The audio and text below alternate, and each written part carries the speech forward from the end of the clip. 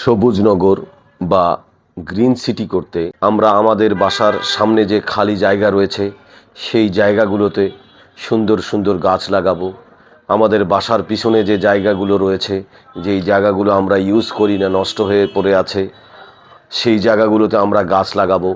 তাহলেই আমাদের green city, সবুজ নগর সহজেই আমরা গড়তে পারবো।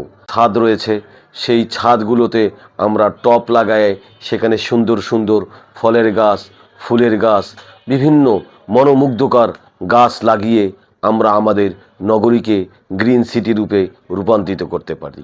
নগর পিতা জনাব আলহাজ মোস্তাফিজার রহমান মোস্তফা, উনি একজন আসলে প্রাকৃতিক সৌন্দর্যকে অনেক প্রাধান্য দেয়। উনি যেখানে যায় আমি দেখেছি যে উনি সেখানে গেলে গাছের কথা বলে, যে আসলে এখানে গাছ লাগা উচিত।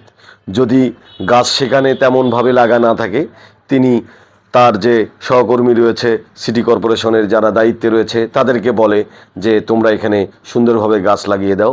আমি দেখেছি তিনি অনেক জায়গায় গাছ লাগিয়েছেন, যেমন আপনার জুম্বাপাড়া থেকে কুকুলবিলির দিকে হাজার হাজার গাছ লাগিয়েছেন। তারপর আপনার চিকলি পার্কের এখানে হাজার হাজার গাছ লাগিয়েছেন। আসলে উনি প্রাকৃতিক সৌন্দর্যকে এবং আপনার পরিবেশ বান্ধব যদি রাখতে চান, তাহলে গাছ লাগার কোনো বিকল্প নেই।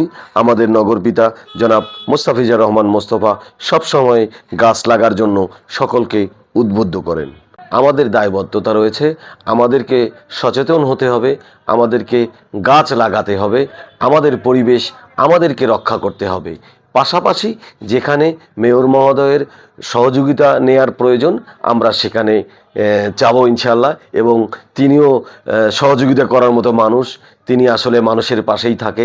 আমরা মহান আল্লাহর কাছে ফরিয়াদ করি, এই জিলহজ মাসের আজকে এই গুরুত্বপূর্ণ দিনে, এই রাতে, যে আল্লাহ তাআলা তাকে নেক হায়াত দান করুন এবং রংপুর সিটি কর্পোরেশনের যে অসম্পূর্ণ কিছু কাজ রয়েছে সেই কাজগুলো তার হাত দিয়ে সুসম্পূর্ণ হোক, এই আশাবাদ ব্যক্ত করে সকলের দীর্ঘ আয়ু সুস্থতা কামনা করে আমার সংক্ষিপ্ত বক্তব্য এখানে শেষ করছি।